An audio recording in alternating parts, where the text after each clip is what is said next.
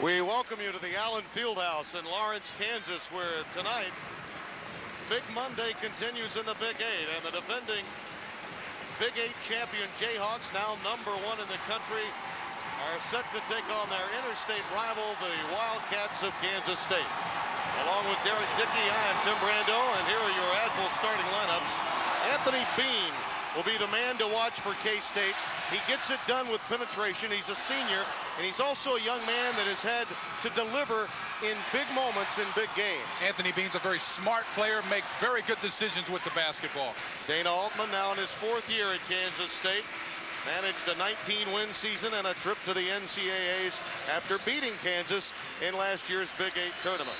The Jayhawks look this way. It's Steve Woodbury, as always, the man for whom is responsible offensively for most of what they can accomplish. Steve starting to step up and play big for the Jayhawks.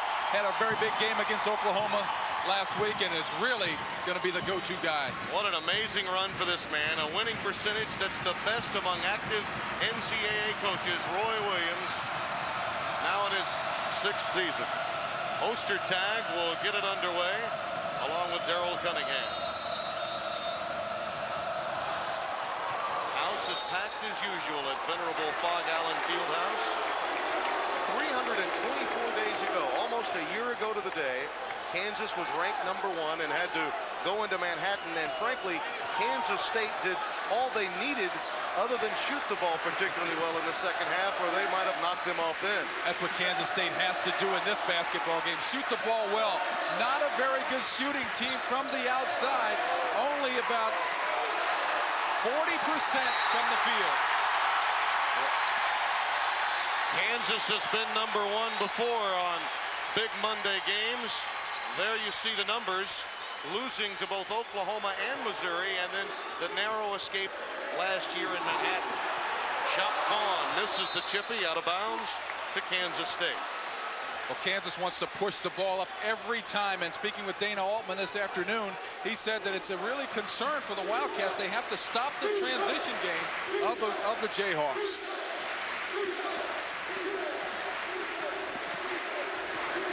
Kansas State, a smallish club. Another reason why they must shoot well. Davis, his first basket. Damon Davis, junior transfer from Manatee Junior College. And Askia Jones was out of bounds on that occasion as he tried to come up with the steal. Kansas State record is 11-3, and the Jayhawks, we know what their record is, 16-1, but Kansas State has gotten their record or wins by playing hard. They're not a very big basketball team, as you pointed out, Tim, but they really get after you on the defensive end and rebound. And that's the specialty of Damon Davis. He has been the designated defender for this team, and there's the penetration from Bean, but Ostertag puts his big body in the way. Vaughn to Ritchie. Patrick Ritchie, the senior from Lee Summit, Missouri. Set up by Greg Ostertag, who is a tremendous shot blocker, but I like him better because he makes teams change their shots. They think about coming back in a second and third time. Cunningham double team. It is essential that Ski Jones get on track early. Lucas, an air ball. Out of bounds to Kansas. And the faithful are giving it to the Wildcats of Dana Altman. Well, the Wildcats want to keep the crowd here at Allen Fieldhouse out of this game if they can. The only way they can silence the crowd is by putting the ball in the basket. 40% is not going to get it tonight.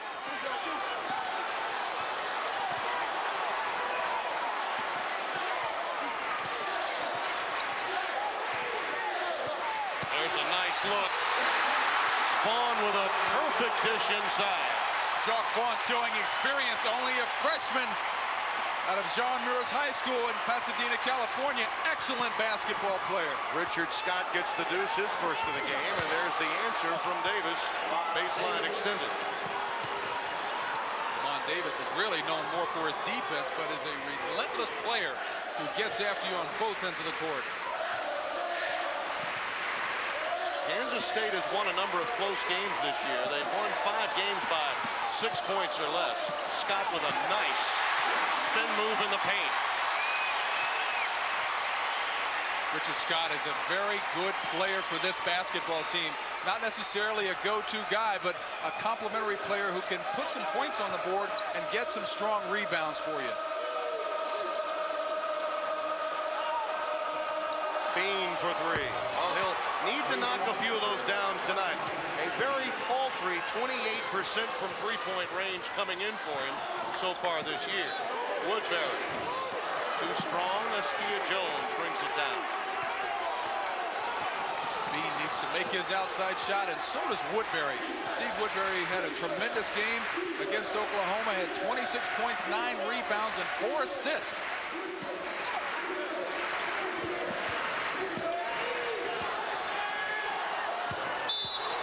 Jones took steps. Actually, he called him with a wing.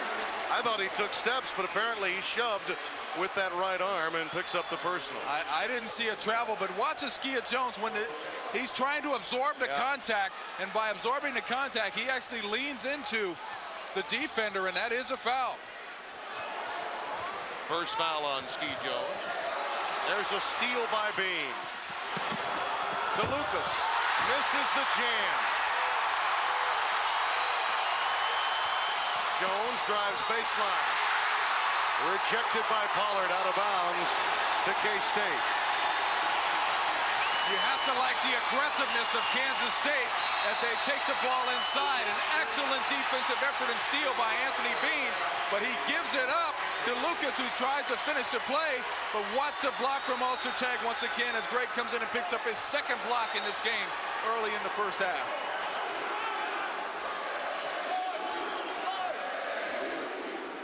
Askia Jones will trigger it in.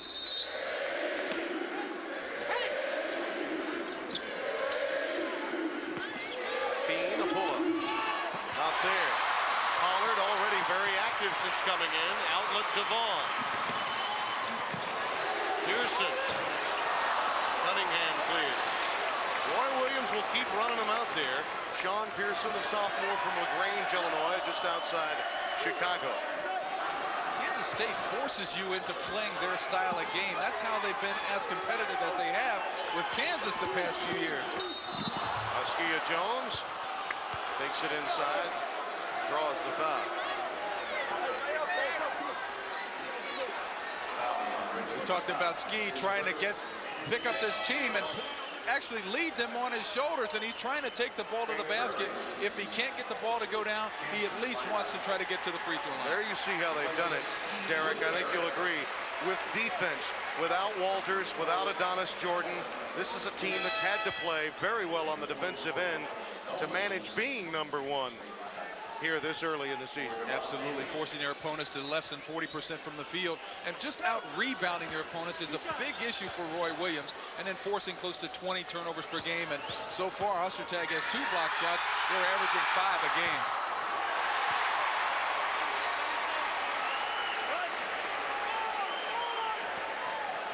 Son of Wally Jones, a part of that vintage '67 NBA team in Philadelphia.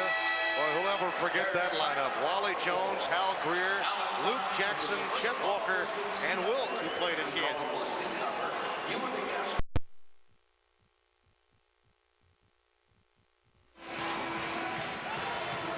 K-State with a 2-point lead. 4.5 minutes deep here on Big Monday.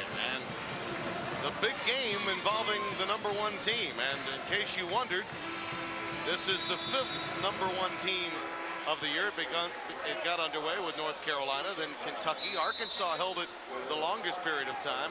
Carolina kept it for only a week, and Kansas, how long might they keep it? Last year they lost game 2 after becoming #1 to Long Beach State in this very building. Most coaches will tell you that they're not crazy about #1s this early in the season. They would rather be #1 at the end of the season where it really counts. Brett Gurley will come out firing. He's the 3-point specialist off of the Roy Williams. KU by 1. Softly falling away. Tough shot by Nolan. Elvis Nolan out of Tuscaloosa, Alabama, and Three Rivers. And boy, just that quickly, Jacque Vaughn gets it right back down the floor. Cunningham. Oh, end to end early on. Keep an eye on Vaughn. He's going to continue to run the ball up the court and try to get those transition baskets if he can. Roy Williams a little upset with that coming out of the crowd.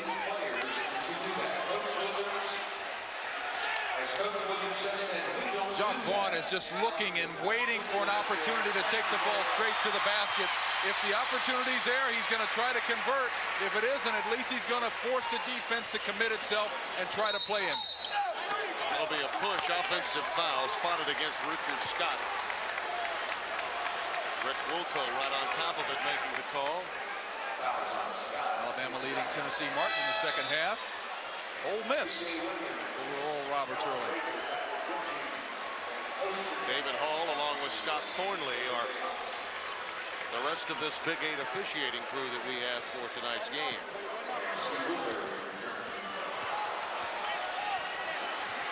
Kansas State's a team that likes to traditionally walk the ball up the court and use the clock. That kind of mistake by Bean will not help their cause.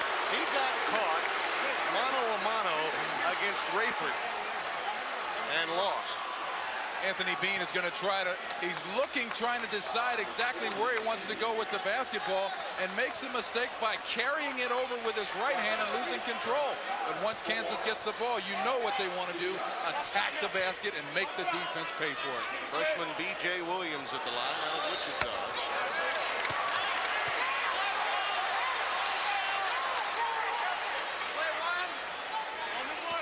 Kansas has to put the ball in the basket from the free throw line. Their field goal percentage is down under 50%, which is unusual for Roy Williams' team, but only 64% from the free throw line so far this year. Yeah, but that's a double-edged stat. I mean, they get to the line more often than most teams. A lot more. Askia Jones hits the tray. That's his first three-pointer. Richie, baseline reversal. Oh, that's a nice move. Patrick Ritchie has been playing excellent basketball for Roy Williams. Against Oklahoma, had probably his best game, as Roy Williams describes. 11 points, 9 rebounds, 2 assists in 28 minutes. Bean, player control foul. Anthony Bean has been guilty of perhaps trying to live up to last year's Billings. Maybe trying a little too hard, not allowing the game to come to him. In talking with Dana Altman today, he felt, he's still the guy he wants with the ball at the end of the game. But he has to let the game start coming to him a bit more. Absolutely. You talk about last year's billing. Last year he was a newcomer in the league here in the Big 8, and he is a very good player who normally makes good decisions. But you're right, he does have to let the game come to him instead of trying to be a little bit too aggressive. Cunningham playing solid defensively, as usual. Slapping that one away as Rayford looks to dump it down. Moses Nolan. Great defense. Ritchie got in the way of that shot. Nolan returns the favor with a reach for a takeaway. Elvis spots up the three. Nice play by Woodbury. That's rust by Kansas right now because they haven't played since last Monday against Oklahoma. So you do get a little rusty when you don't have games on a regular basis. And Kansas State played 2 games this past week. Nolan picked up that foul. Number 25 in the purple-clad Wildcats uniform. Woodbury off the pick from Ritchie. Out there. You will have games like this. Steve Woodbury shot the ball very well his last game against Oklahoma, but with that week off, you really do get a little stale. Stanley Hamilton's coming to the game for the first time. Another turnover for K-State. Now that Askia Jones is out of the game, someone has to be the B option. He's the A option, the #1 go-to guy. Who is going to be the #2 option in terms of getting the ball in their hands and looking to put it in the basket?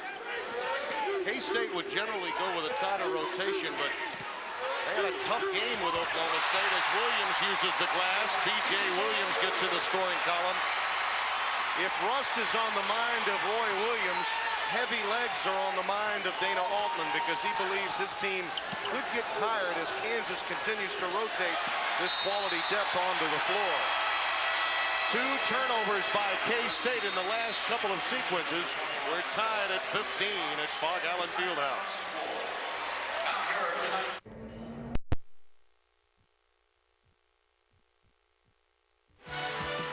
With the mismatch in size, you would think that Kansas State might go more into a zone defense or a matchup with Ostertag on the floor, but they're not. They're playing man-to-man, and they're playing a very aggressive tag to make himself available and become a force out there. Then K-State would have to adjust.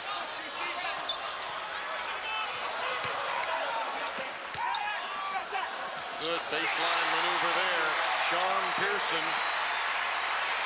Pearson's such a fluid player when he gets the ball in his hands.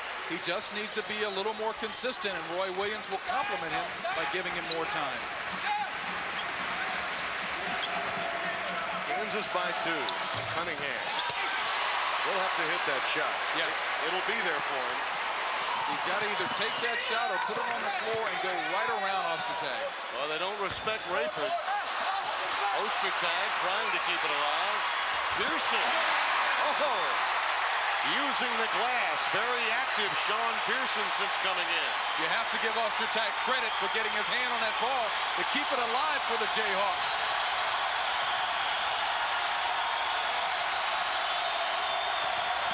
Bean fouled by Gurley. I think we've already seen the signs of what happens with K-State when Askia Jones is not on the court. Someone else has to get open to get the basketball. And we're going to take a look at, watch Ostertag, the big guy, 0-0 inside. He's over the back, but there's no foul call because of his size. But in touching the ball twice, allows Pearson, his teammate, to be able to get his hands on it and get the stick back. Ostertag takes a seat. Pollard sits down. Roy Williams keeps shuttling him in and out. And you think about it, people talk often about this being a young team and they're retooling this year. The fact remains, all of the players on his bench are generally considered top 100 players coming out of high school. Absolutely, and that's a compliment to Roy and his staff in terms of going out, finding the talent and getting them to come to the University of Kansas. And what he's done with his basketball team, you'll question yourself, why are they #1? He gets his players to play within their game, within their limitations, and they do it very, very well. Bean has 5. The Kansas lead is 2. Kansas has gone back to a 2. K-State into a 2-3 zone. Foul is spotted inside.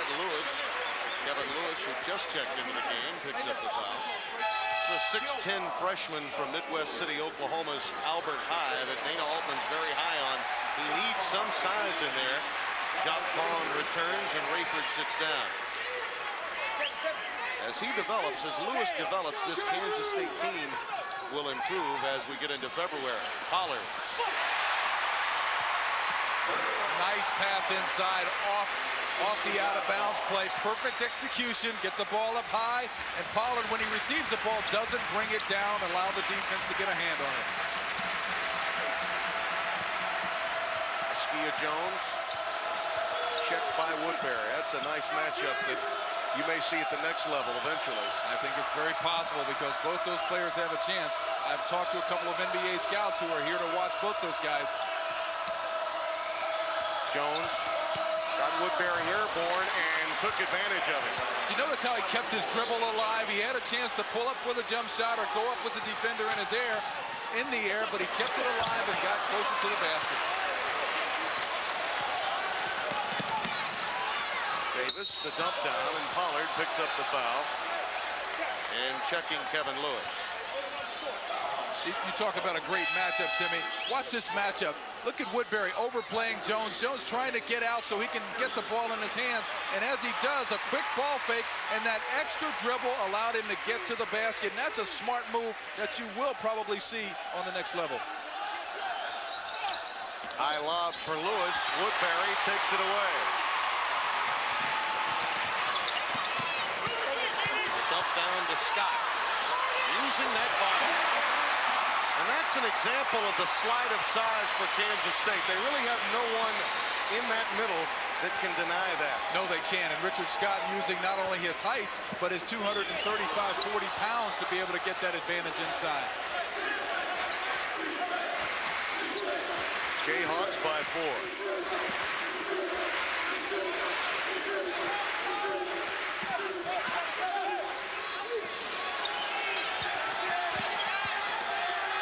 time, Woodbury gets some help. 5 seconds, 4-3 on the shot clock. Bean for three. Cleared by Pollard. Scott. Excellent move by Richard Scott. That's a shot last year. We would have seen him go right through the defense, pick up a charge. This time he pulls up for the short jumper and avoids that contact. Davis runs off the pick and knocks it home. Devon Davis. Davis is a very good athlete who has that three-point range and does shoot the ball very well when he gets a chance to get his feet set. 7 points for Devon Davis. The Kansas bench is outscoring the starters, which is not unusual. Scott overpassing that time, taken away by Ron Lucas. Length of the floor pass taken right away by Pollard. Pollard showing his great athletic ability, using his peripheral vision to watch the floor and using his long arms to steal that passing lane.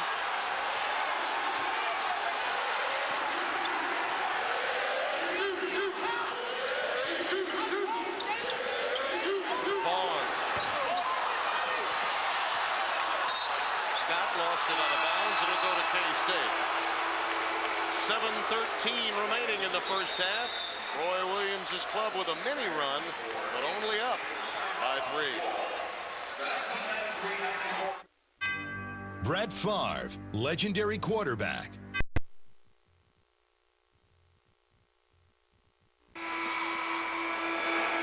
Kansas ahead by 3 over Kansas State here in the first half. But Kansas wants to run the ball up the court every time they get the ball. And watch as Scott comes down. He's going to pull up, take the nice soft jumper. And just to remind K-State that it's their game here, take a look and watch Anthony Bean as he's trying to get up. Hey, that was in your face, buddy. He has done a nice job, and this bench is providing Kansas with the spark. Ostertag and Woodbury have been shut out. So Dana Altman defensively is getting what he wants, particularly where Woodbury's concerned. But it's the Kansas bench. Right on cue, getting the job done. I think Dana Altman also has to be pleased that Ostertag hasn't scored. He's made a couple of great defensive plays, but he has not put the ball in the basket. Has been a factor defensively, has Ostertag. Yes. And when you talk about great defensive plays, as we see a final score of Pennsylvania over Lafayette, good defensive players, good defensive centers necessarily do not have to score for you, and that's what Greg Ostertag gives Kansas. He gives them excellent play inside. Askia Jones puts it in. And we're tied at 25. Woodbury. Draws the foul from Davis. Now, Dana Altman, the scouting report on Woodbury is this. He loves to dribble drive to the left. So they want to try to usher him to the right as much as possible. And that's a clear-cut example of Woodbury accomplishing his goal, driving left, but they did not allow the basket. So there'll be no easy opportunities for Woodbury. Woodbury's going to have to earn his points, but being denied the last couple of times down the court, he now is taking it upon himself and actually taking it a little personal, saying, you know, you're going to stop me. You're not going to keep me from getting to the free throw line, at least getting in the record books as far as contributing to this basketball team. Woodbury does not have to just score. He just has to play his game. This time last year, he was being touted as the top 6th man in college basketball, and now he's really the leader of this club as a starter. That tells you cosmetically how much this Kansas team has changed, yet here they are, less than a year later, still number 1. Full court pressure. Davis needs help, gets it from Bean. But most coaches will tell you when the press is being applied, the object is not just to get the ball up the court and set your offense. That's second option. First option is try to attack and score. Lucas over Ostertag, not there. Cunningham can't come down with it. Scott retrieves and Vaughn's on the loose. Scott again. Cunningham clear. Boy, he crashes the glass well. Cunningham's an excellent rebounder. Last week against Oklahoma, or last game against Oklahoma State, had 8 points and 8 boards. All of his points generally come from putbacks. Not a lot of plays run for him. Scott picks up the foul on the reach.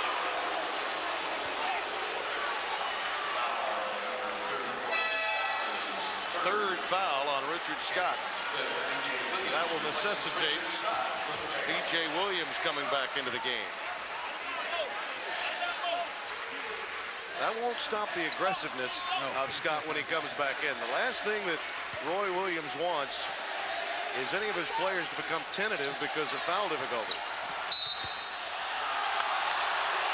And they didn't get it in. Did not get it in.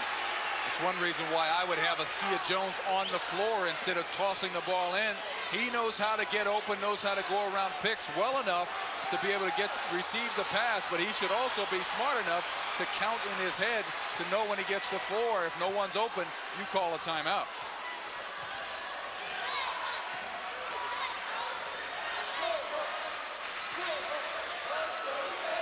Kansas is such a patient offensive team, always looking to make that extra pass.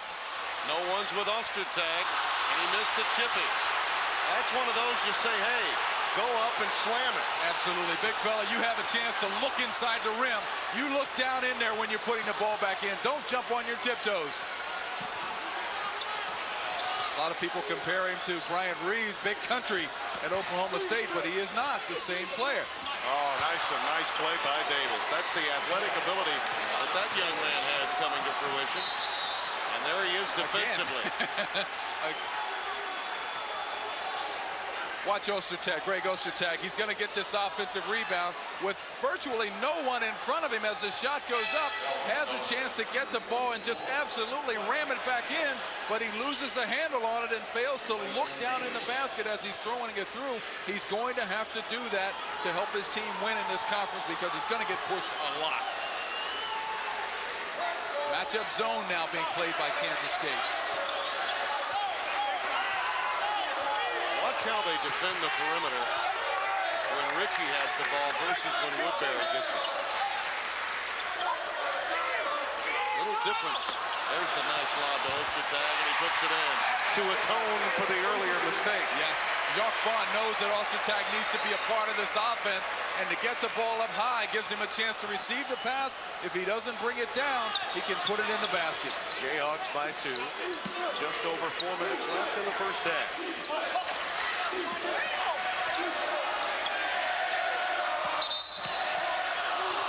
Hook there from Williams. Roy Williams with a little body lean as he talks with Rick Wilco there. I was just trying to help the referee just a little bit. You know, he had good position on that play. Come on. Lucas is not that quick of a player. Take a look at the position. Roy is actually coaching from the sideline. Use that body language. Get Williams to move his feet a little bit quicker. He won't get called for that foul. You'll see more post-up moves from Roy Williams during the course of the game than perhaps any other coach in college basketball. I don't know. He and Nolan Richardson, they work pretty hard on those sidelines, don't they?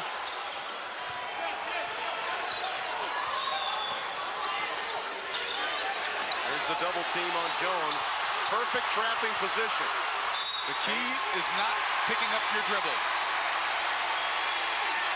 The second time Ski has been trapped, one time on an inbounds pass for a 5-second call.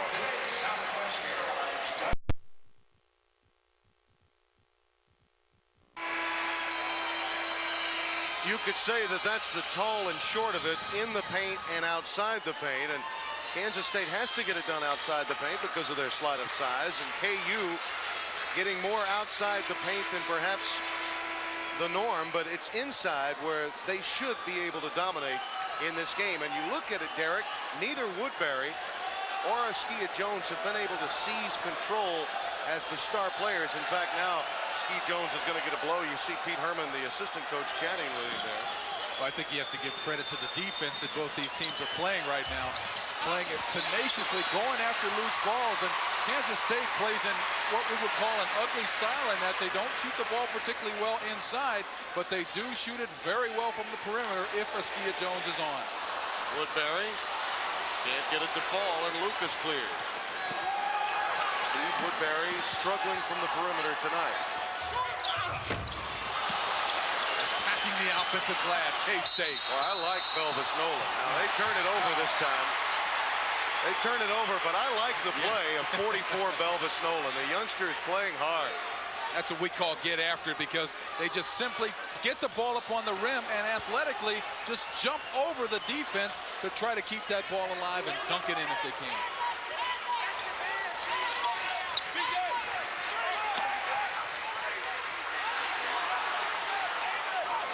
Cunningham.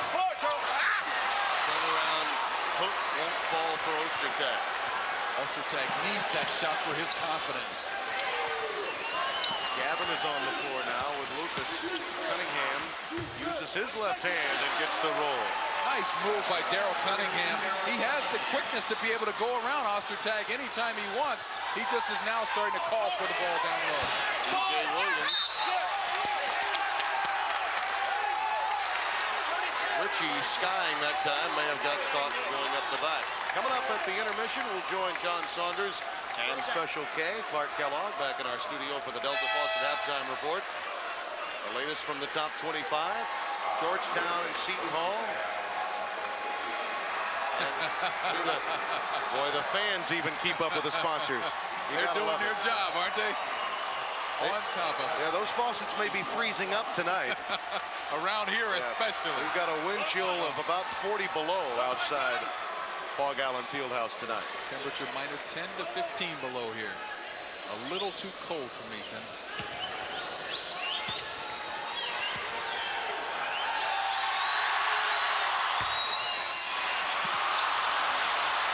Oh, that one just went right off of Gurley and Pollard. Fell right back into the lap of Cunningham after the miss. And I'd like to send our best wishes out to all the families in Los Angeles area who had some devastation take place early this morning. Hope that all turns out well for everyone concerned. I'll echo that sentiment. And this, another foul is spotted, this one against Lucas.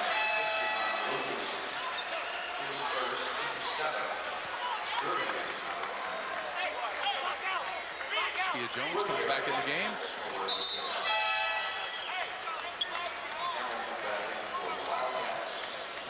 Stanley Hamilton coming back into the game. Speaking of the earthquake earlier today, Jacques Vaughn, of course, has family that he was concerned with in Pasadena.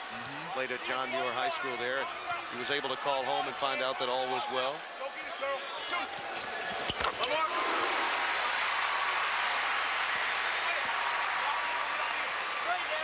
B.J. Williams out of Wichita, getting his usual 10 to 12 minutes per game.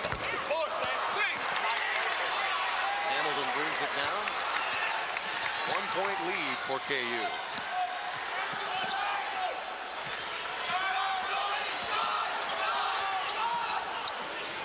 Jones comes back in. Bean, a leaner. And that is a two-pointer just inside the arc. That's a very nice shot by Anthony Bean. Most point guards don't stroke the ball extremely well from long range, but Bean is right in rhythm and doing a great job. Jayhawks struggling as Pollard tells Woodbury he's sorry he made a mistake. And that tie beginning to tighten up along #1 head coach Roy Williams as this one progresses. K-State getting more confident in each offensive sequence. Turnovers make a big part of any game, especially in a rivalry as close as this. Kansas with 10, K-State only 6. Pearson, who has been trouble, continues to be so. That's 3 times he's put it on the floor and taken it in and been productive. Actually split the defense with that spin dribble into the middle. Sean Pearson is a very athletic basketball player. Just now starting to find his stroke. Bean. Oh, he may be lights out. Anthony Bean turned it up a notch last year in this game. And he's doing it again. Into double figures with 10. Woodbury.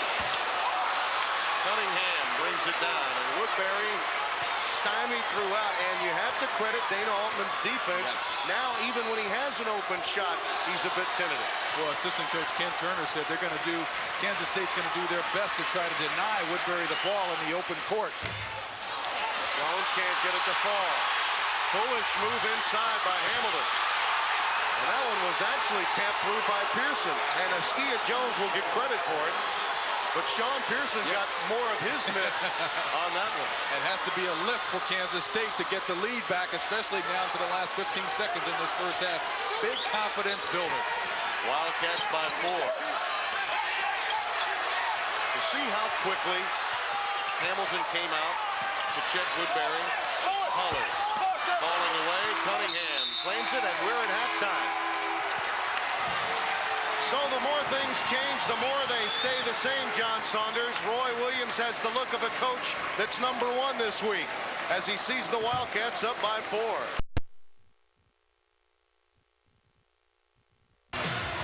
Halftime from Allen Fieldhouse in Lawrence, Kansas. The #1 team in the country struggling against their cross-state rival, Kansas State, along with Derek Dickey. I'm Tim Brando, and it has been rebounding and defense for K-State that has been the prescription to this first half lead. K-State has played excellent matchup defense against Kansas. Really not the traditional defense that they're accustomed to playing, but denying Steve Woodbury the opportunity to get a clear shot at the ball. You see K-State coming out on him, not letting him catch the ball. Woodbury goes through, still doesn't receive it. Chalk Vaughn gets a little more clearance. However, give K-State credit for playing good defense that first half to come away with the lead. The numbers, Kansas State 5 of 9 as a team from three-point range, and Kansas with Woodbury 0 for 4 from three-point range, a collective team 1 for 6. That's been a catalyst, and then Kansas State controlling the glass, and Ostertag and Woodbury.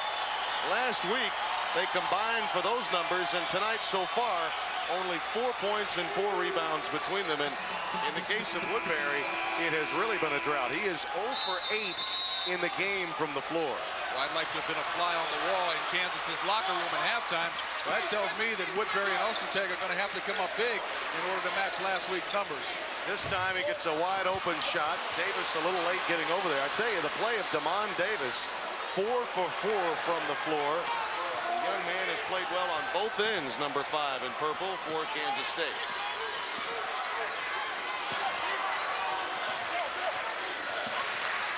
Anthony Bean with 10 and lighting it up from three-point range late in the half, keying that run to give Kansas State the 4-point cushion at halftime. Woodbury has been concentrating awfully hard, trying to keep Askia Jones from getting the ball, and that has a lot to do with his work to be able to get it on the offensive end. He's working so hard defensively. Ostertag picks up the foul, his first. Watch how hard Steve Woodbury has to work to follow Askia Jones coming around this pick. Good straight-up man-to-man defense, but once Askia Jones gets a half a step, Steve kind of gives up, but that shows a little bit of the frustration he's had so far in the first half and carrying over into the second. Hasn't been an easy year for Jones. He had some problems injury-wise at the beginning of the year. In fact, had knee surgery and missed the opener. Now ranks 5th on the Wildcats' all-time scoring list, just passing the likes of Ed Neely and Mitch Richmond. 6-point lead, largest lead of the game for the Wildcats. Just underway second half.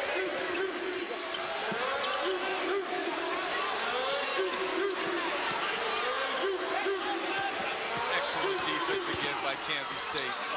Ritchie forces one up, not there. Ron Lucas brings it down. Tough shot, very tough shot by Ritchie, just to try to get the ball up. Bad pass taken away by Woodbury. He has numbers. A pull-up for 3. What was on the line? Woodbury again. Boy, 0 for 10 from the floor. Steve Woodbury is not going to stop shooting. He should work on other aspects of his game. Your shot's not falling, you start working on your defense. Work on your rebounding. Try to do something to help your team stay in this game. Lucas fighting for it. Last touched by KU. It'll be controlled to Kansas State.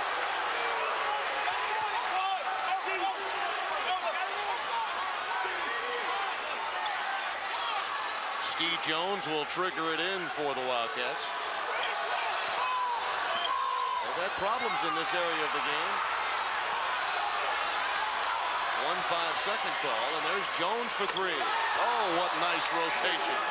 Bringing back memories of Wally Jones off the pass from Hal Greer there. Skia Jones is absolutely lighting it up with a lot of confidence. Ostertag missing a lot of chippies, both he and Woodbury. K-State went to that matchup zone because of the size differential, and Kansas is simply not taking advantage of their height problems right now. Get the ball inside and make K-State foul him. Jones over Woodbury again. Light it up. Light it up. Roy Williams may need a timeout. 44-32. The Wildcats shutting out Kansas here in the second half, and now Scott gets the hoop with a little harm. Kansas State has done a great job of keeping the crowd out of this game, and now Kansas, all they have to do is continue to try to get the ball inside, but take a look at Askia Jones, right in rhythm, long-range jumper. He is actually carrying K-State on his shoulders right now.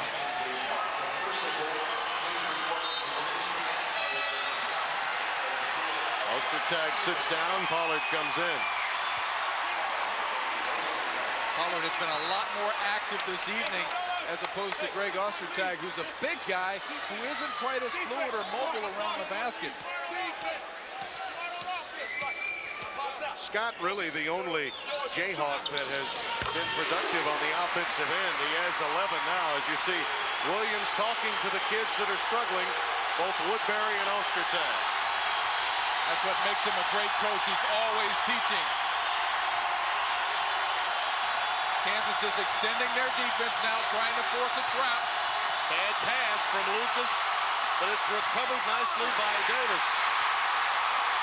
Jacques Vaughn looks to run. That's his game, the iron untied. Failing to get the ball to go down with easy layup, what appear to be easy layups, but tough shots because of the aggressive defense by both teams.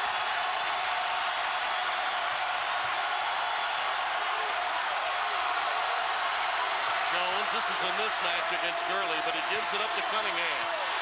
Gurley with the reach. Out of bounds, last touch by the Wildcats. Good hustle by both these teams. Diving on the floor, getting after those loose balls. Talk about a big rivalry, matchups. Watch the defense. You see the strip away inside by Gurley, just trying to keep K-State from getting the basketball, but great hustle by Davis as he touches the inline on that dive to keep it alive. Stanley Hamilton has come into the game along with Belvis Noland, as you see Lucas taking a seat next to Ken Turner. One of Dana Altman's staff members. Ken Turner's a great recruiter. I've known that man since, or he's known me since I was 4 years old. Well, that was a clinic early on in life. Absolutely. Much of that bench that's been responsible for keeping Kansas in it now in the game, with Rayford at the top for 3. Rayford has to make that shot from the outside. Oh, Bean with a little Marcus Haynes act. And we've got an injured Jayhawk. Looks to be Scott. He is down.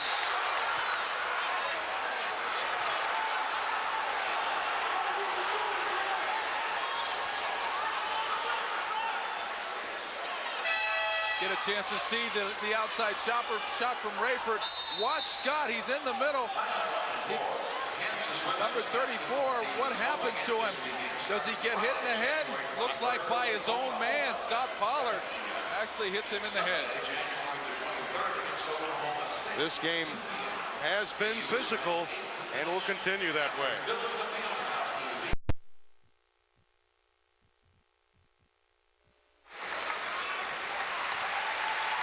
The good news is Richard Scott is up. The bad news is he's on his way to the locker room, and he's been the most productive Jayhawk offensively in this game. Obviously, anytime you're hit in the head quite like that, there's a far greater concern. Well, we talked a moment ago about how hard both these teams are playing, but look at the knee to the head right in the middle of your screen. You see the knee by Scott Pollard to the head of Richard Scott. It actually knocks him unconscious, and he is still wondering where he is and what day it is, but it's good aggressive play by both these teams and just still getting after those loose balls. They extend the defensive pressure to the Kansas State perimeter. Bean can more than handle that. He can dribble right through any press. Lamont Davis, a turnaround Jay. Cunningham skies, and Davis gets it again. Rejected by B.J. Williams, and Dana Altman says bring it back out and set it up. Kansas goes after the ball very well with their height advantage, and that's why we talked about K-State has to shoot the ball well from the outside, which they have been doing as long as Askia Jones is on the court. What K-State has been, though, Derek, is quicker to the ball. They may be shorter, but they've been quicker to the ball. Absolutely. On both ends of the court. And Rayford turns it over. Calvin Rayford trying to get out on that block a little bit too fast, get out on the fast break a little bit too fast without the ball securely in his hand. Askia Jones checks back into the game, and Davis sits down. Something to remember, anytime you're playing in your league, it's tough. But when you're playing your in-state rival within your league, it really gets tough. It sure does. Oh, Nolan blasts to the baseline and draws the foul from Pollard,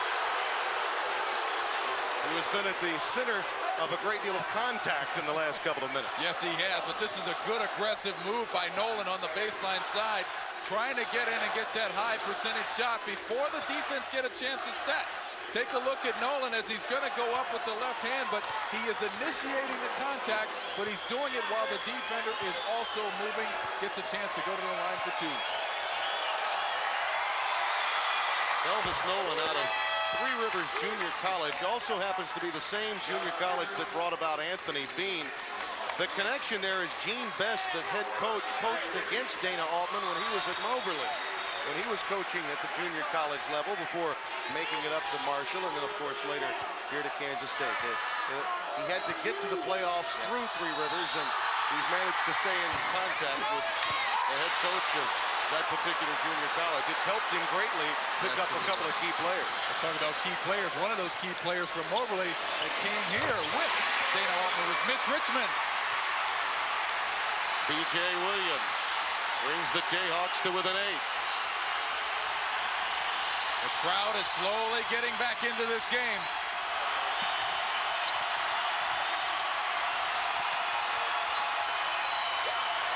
Good aggressive play. Hard basketball inside. I love it. 10 seconds on the shot clock. Jones over Gurley. Too hard. Pollard clears. Rayford runs the break. Loses his footing. Williams thought there should have been a foul. He tripped over his own man, Pollard. Jones, a look to Cunningham. Pearson got away with a push.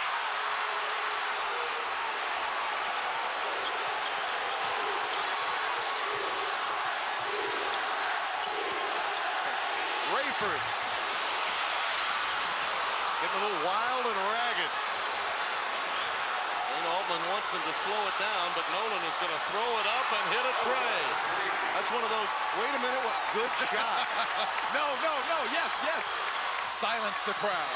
Just got word that Richard Scott does have a concussion, questionable or doubtful the rest of the way. Gurley hits a three. Greg Gurley, the junior from Shawnee Mission South. Still an 8-point lead for Kansas State. Roy Williams needs other players to step up and look for that outside shot.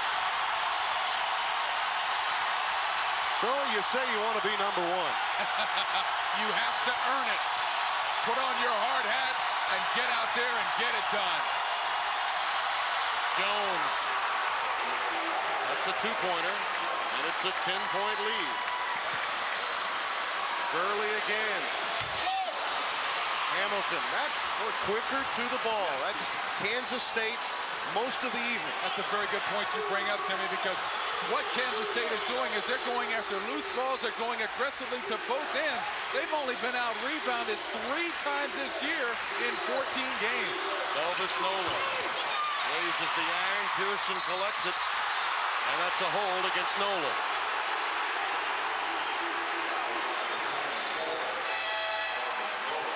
With Richard Scott in the locker room, it may be Pearson that has to step it up, because he's really been the other most effective player offensively coming off the bench.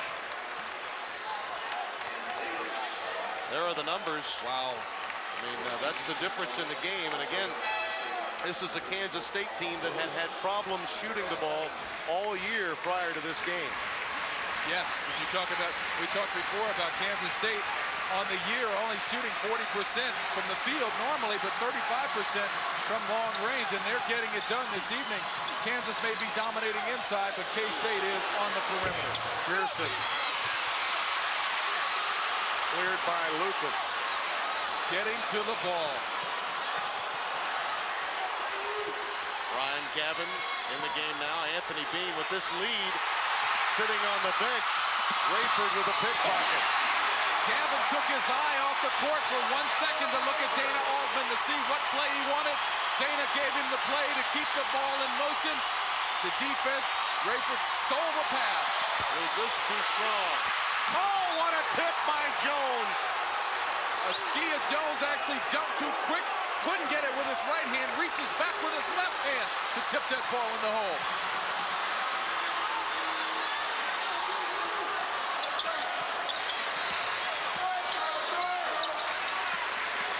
You can understand why Dana Altman would get Bean out of the game with this lead to have him for crunch time. Yes, absolutely. Gurley. Kansas not making a move with Bean on the bench. Gavin for 3. Oh, even the bank is open late in Lawrence tonight. As cold as it is, I think he'll take that shot any day. A 13-point lead. Roy Williams really upset with his team.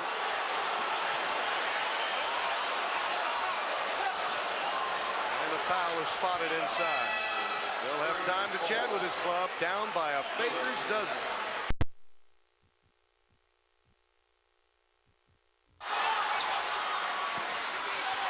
Look at the numbers on the glass. Kansas State doubling Kansas's output. What an alley-oop to B.J. Williams from Ball. That's the kind of basket that Kansas needs to get back in this game. High percentage shots, because K-State is simply denying the passes on the perimeter and actually keeping a hand in the face. Well, make no doubt that was a shot treatment timeout by Roy Williams. Pearson. And he answers with 4 straight points. Another high percentage shot by Kansas.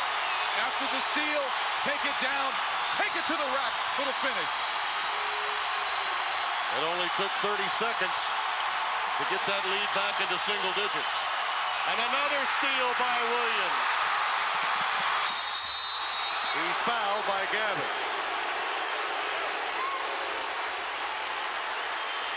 See, watch how hard Roy Williams plans on the out-of-bounds play, trying to make something happen for his team. A high lob pass to B.J. Williams, but they're getting it done. Kansas is getting back in this game with good defense. You see Williams again coming away with the ball, going in for the layup, but Kansas is now starting to play a little bit more aggressive, play the passing lanes, and when they get possession, go down and attack. And the thing that has to be on Dana Altman's mind is at what point does Woodbury come out of it? When does he come out of the twilight zone? Because when that happens, look out. The rest of the Jayhawks will elevate their level of play. It could be a problem for Kansas State. However, Steve Woodbury has to prove that he wants to come out and put the ball in the hole. He hasn't done that all night. I don't know if that's going to turn around, but the other guys from Kansas can't wait on him. They have to continue to play good, solid defense. Richard Scott out of the game.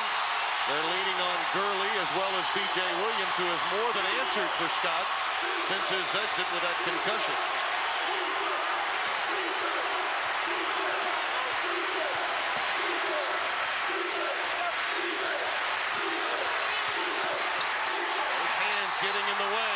and knocking that one out of bounds. Again, Kansas is showing their defensive skills by playing the passing lane and denying K-State the opportunity to catch the ball where they want to catch it. 12 seconds on the shot clock.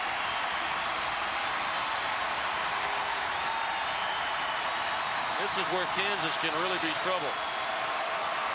They get you in that position on the floor where they can trap you, and the shot clock now down to 5. Bean, cleared by Williams.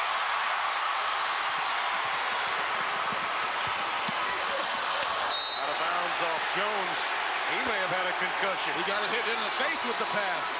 Pearson trying to get it in, tried to thread the needle, actually hit the side of the needle.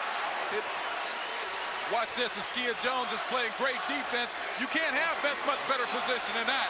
Oh, put the lime in the coconut. Oh, that hurt. That hurt. Absolutely. He seems unfazed. Ski wants this game. Yeah, he does. He wants this game very badly.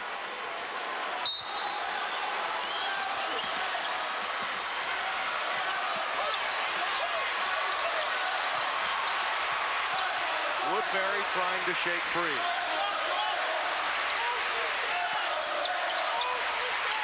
Off the ball, Ski Jones checking him, and the defensive switch to Davis. He draws the foul and will get to the line.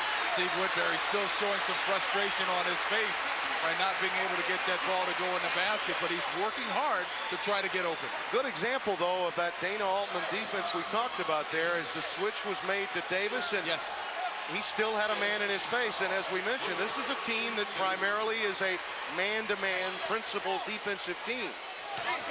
But you're right, Dana Altman has a great game plan. Do not let Steve Woodbury catch the ball. 0 for 7 from the field.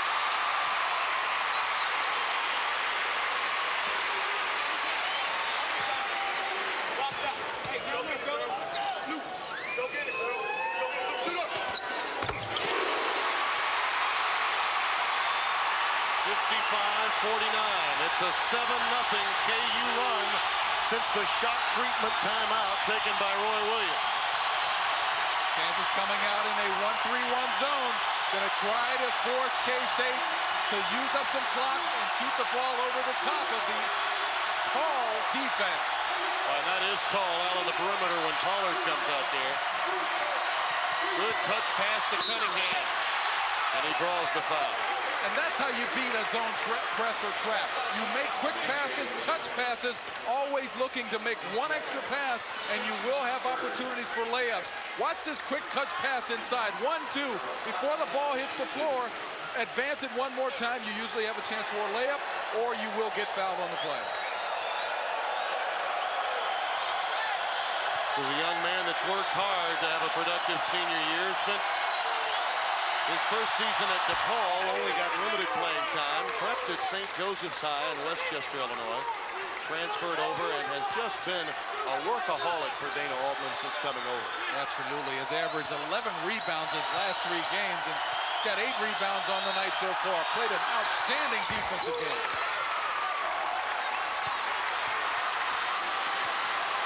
Eight-point lead for Kansas State. 8.5 minutes left from Allen Fieldhouse. Number 1 Kansas in jeopardy of losing the perch. Woodbury finally tips one through. Kansas using their height advantage to keep the ball alive on the glass. Woodbury finally gets his first hoop on the night. 1 for 8 from the field.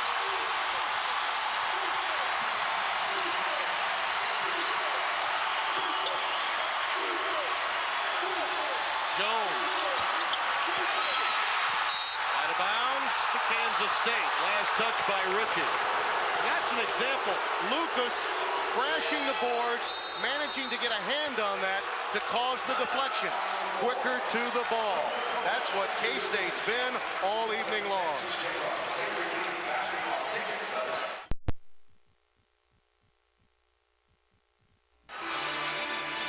Kansas State with a 6-point lead, and we touched on it as we went to break, how they've managed to be quick enough to the ball, even here they managed to have the ball deflected off a KU player. Absolutely, just good hard hustle after loose balls, and I thought Ron Lucas got away with an over-the-back foul, but they are still, Kansas State, going very aggressive after any ball, whether it's on the board or on the floor, and being the first to the ball, and that is really what's given them the lead in this basketball game. Problems continue, and Jones has to throw it off the back of Ritchie. Smart play. He knew he was running out of time and had nowhere to go. There are occasions where you see the pupil learn well from the teacher. How many times against North Carolina do you see just triggering the inbounds pass being difficult? Yes. What a lot of teams don't realize or fail to realize is that you have the entire court to work with. You can throw the ball in the backcourt from out of bounds. Team the dump down to Cunningham. Pollard got in the way of that one. Woodbury rips it away. This is how Steve Woodbury can help Kansas get back in this game. His shot's not falling, continue to rebound, and play great defense. Woodbury, good look to Pearson. Well, they're the other aspects of his game you talked about. Yes, and Steve Woodbury has to stay on the floor in order for Kansas to win this game. And if he does it by contributing in other ways, they can really have a chance to stay in and possibly come away with a victory and remain number one. Taken away by Vaughn. Pass Bean, yes, and a foul.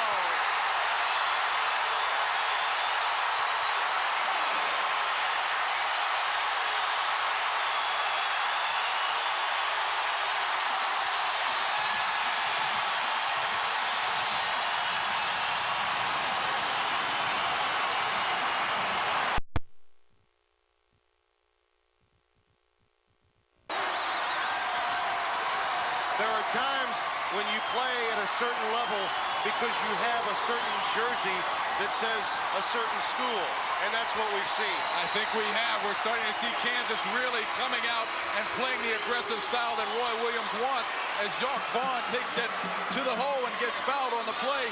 A 13-2 run the last 4.5 minutes, but good defense has gotten the Jayhawks back in this game.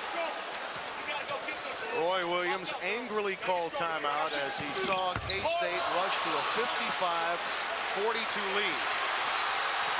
He has basically decided that Pollard is going to be in the middle for him. Ostertag a non-factor. And Scott out of the game with a concussion. And Askia Jones off the back iron. Vaughn waits for Woodbury.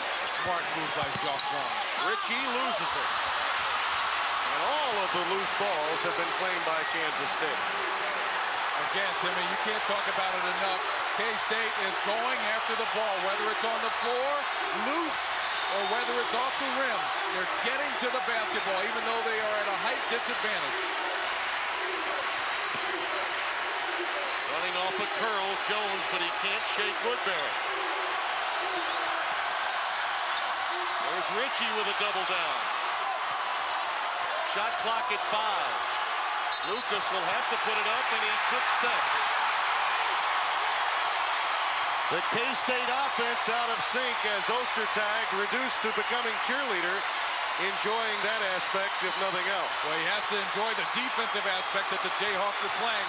They've turned up the pressure just a little bit more and gotten these fans here involved in this game.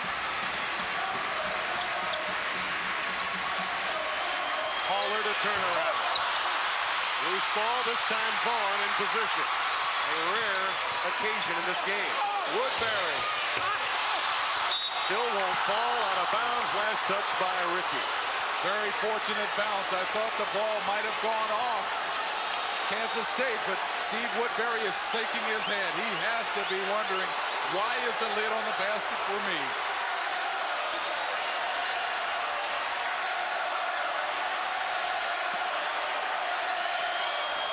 He has been on a tear for Roy Williams during this 12-game win streak, and that tear has been ripped apart by a Kansas State matchup zone that has really tangled him up.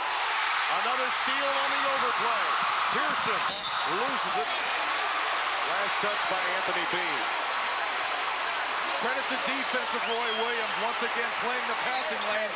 And Pearson, just a sophomore at 6'4", 210 pounds out of LaGrange, Illinois, is an excellent defender with a lot of athletic ability for at least 2 more years. They tie or take the lead here. Fog Allen will explode. Ritchie draws the foul. And the collective groan after the foul by Davis. But did you notice how much attention Steve Woodbury got when he got the ball in his hands? He put it on the floor. Watch Steve Woodbury. You see 1 defender, 2, 3 defenders actually pay attention to him.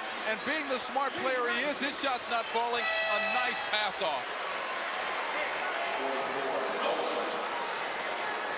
Elvis Nolan comes into the game, and Damon Davis sits down. Just over 5 left to play in this ball game, with number 1 at stake for Kansas, having just been given the nod in the AP poll this week.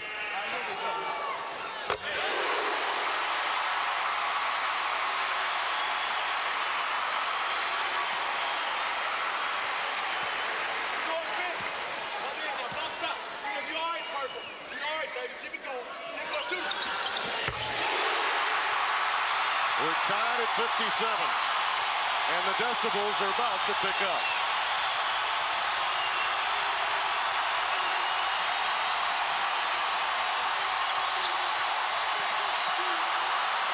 There's the dagger in the proverbial heart from who else but Ski Jones.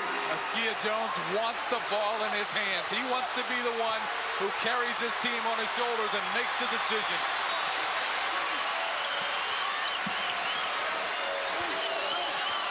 Inside-outside game, and Woodbury has now moved to the top, doing everything they possibly can to free him up. Pearson would have counted had it gone. Nice move by Sean Pearson to get inside the paint, where he wanted to try to get the shot off if he could to get the 3-point play, but wasn't fortunate enough to get it go down, but penetrated the defense, able to get inside where he wants to shoot.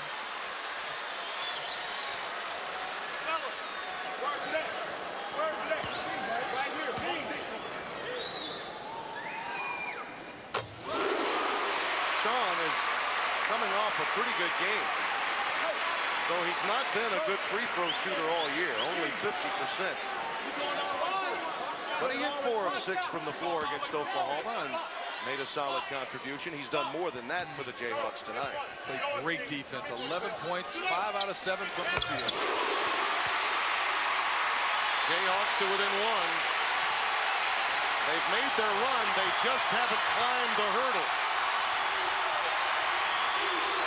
Kansas has gone back into a box and 1.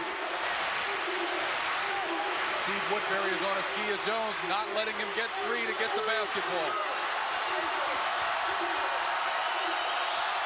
10 seconds on the shot clock. Dean gives up his dribble. That's trouble. Saved by Jones. Shot. They've got to get it up. Cunningham barely draws iron. Ritchie now has ball, and Woodbury on the wings. A 3-on-1 that goes awry, and that pretty much sums up the Kansas frustration offensively in this game. They do get to the line, but that was a 3-on-1 that rarely gets away from a Roy Williams coach team. No question about it. The ball needs to go to the middle of the court a little bit sooner. Jacques Vaughn should have either taken it to the middle himself or given it up to Ritchie to try to get an advantage and make the defense commit. He gave it up a little bit too late.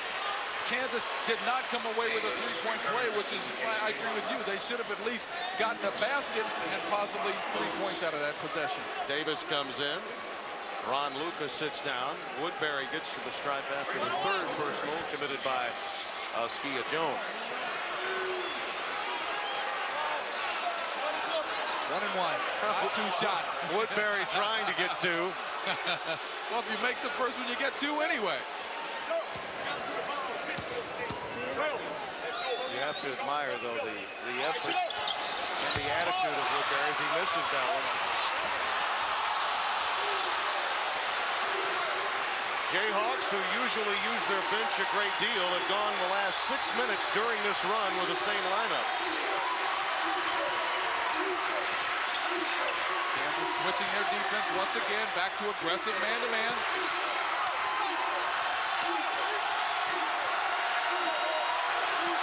Bean, boy, what balance to control his dribble there. 7 seconds on the shot clock. Vaughn is right in his face. His time runs out. That's his game. He hit 8 shots in the last minute last year in 11 games that were decided in the final minute. That was a tough shot. Woodbury. Nolan trying to come up with it, and guess who gets it? Askia Jones and a purple jersey. Excellent concentration and good hustle once again by the Wildcats.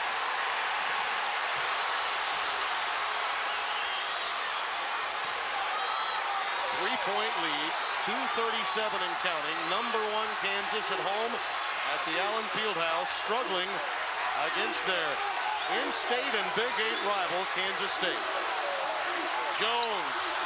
Off the wrong foot. Yeah, an air ball. Looked like his dad Wally on that jump shot.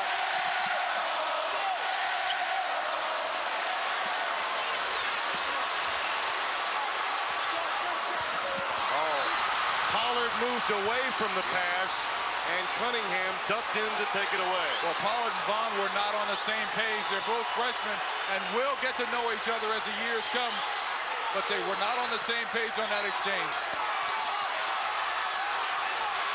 Dana Altman asking Bean to go ahead and utilize some of that clock and clear out. A 1-4 set for him here. Bean with a penetration. Cunningham, nice idea not to touch that one, but Bean will get to the strike. Dana Altman likes to utilize his shot clocks. When he holds teams under 70 points this year, Kansas State is 10-1.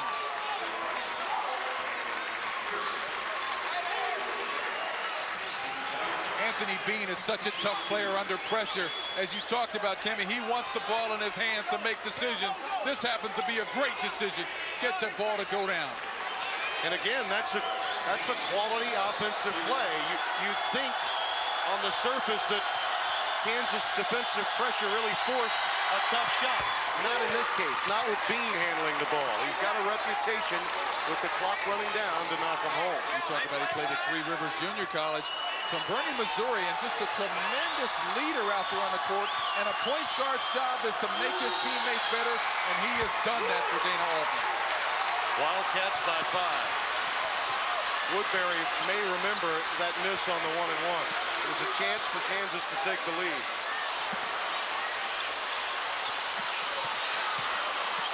Woodbury a leaner. Timeout, KU. 1:26 remaining. A 3-point game. Number 1 and holding, but only barely.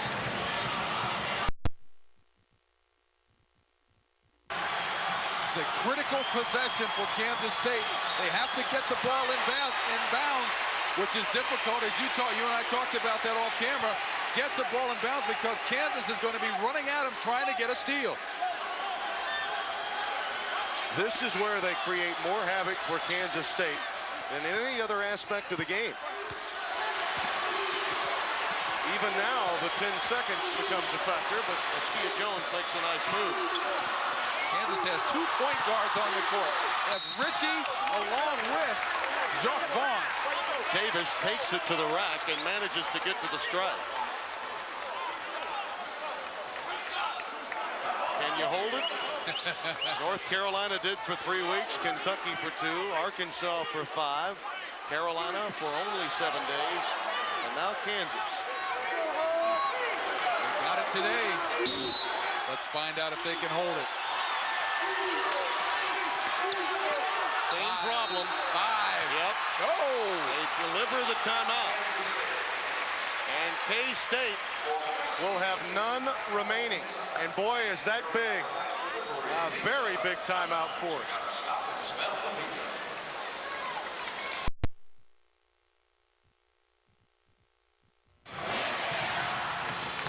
Tim Brando and Derek Dickey, happy to have you with us. Kansas State trying to pull the upset, leading by 3. And as we reset it for you, that statistic at the top, very important. Now they can't call a timeout when trying to trigger an inbounds pass. Team fouls, they're over the limit.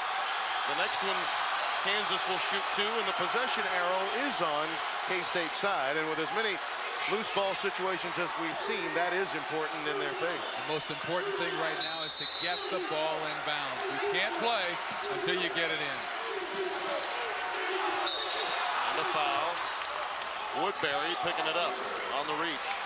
But again, they can afford to be aggressive defensively because they're not in the bonus yet, are the Wildcats. 6th team foul now against Kansas. Kansas is still going to play aggressive defense and even foul if necessary to send K-State to the line. Not a bad idea. No. Bean has struggled in many aspects of his game, though he is an 81% free throw shooter. Sports Center coming up. Mike Tirico and Dan Patrick will have the latest on that and more coming up as soon as we're done here. Kansas State's only a 64% free throw shooting team on the year, so it's a good idea for Kansas to send them to the line.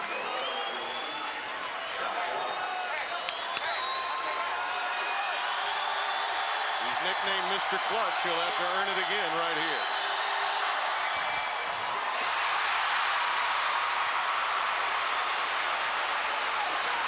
Jayhawks shoot for a possible tie on this possession. They do not need a 3.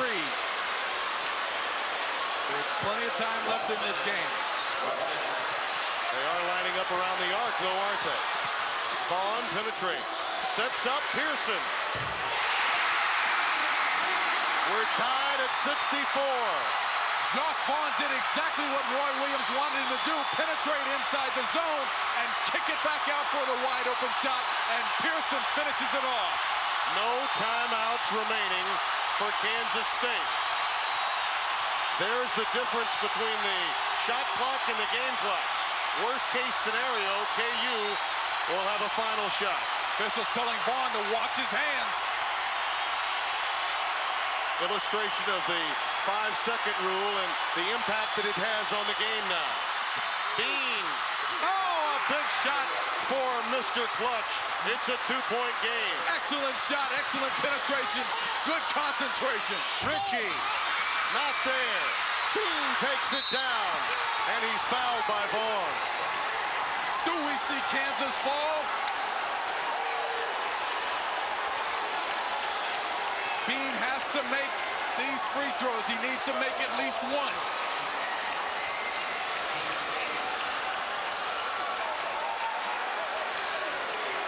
Watch Kansas as they come down trying to get a shot up. I thought Ritchie took the shot a little too quick because Kansas had a better opportunity to get a good look at the shot. Dana Altman is excited. You'd think he just sunk a 50-foot putt for Eagle. I know I would be excited.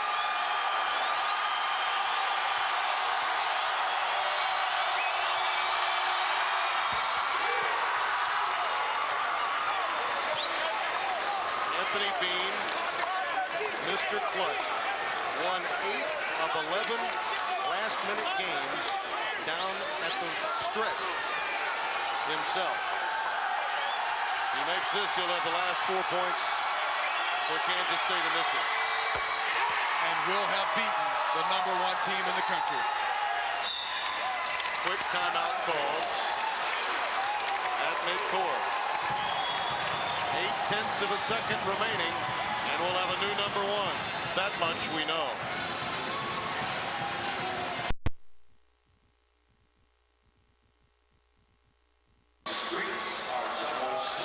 Fog Allen Fieldhouse the site, and #1 will tumble down. And Dana Altman, obviously, a tremendous job in preparing his team against Roy Williams' Jayhawks.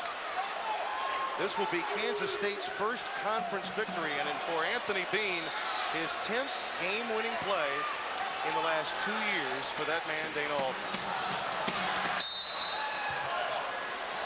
Kansas State will get control of it. No time elapsing off the clock. You talked about it, how bad Kansas State wanted this game. They wanted it so badly that they got after the loose balls. They did what was necessary to maintain and get possessions to be able to stay in this game here in Allen Fieldhouse. #1 falls yet again in college basketball. Dana Altman's Kansas State Wildcats get the win, 68-64. Just a tremendous performance by the Wildcats to win it. And for Derek Hickey, this is Tim Brando saying so long. College basketball's Wizard of Oz is done.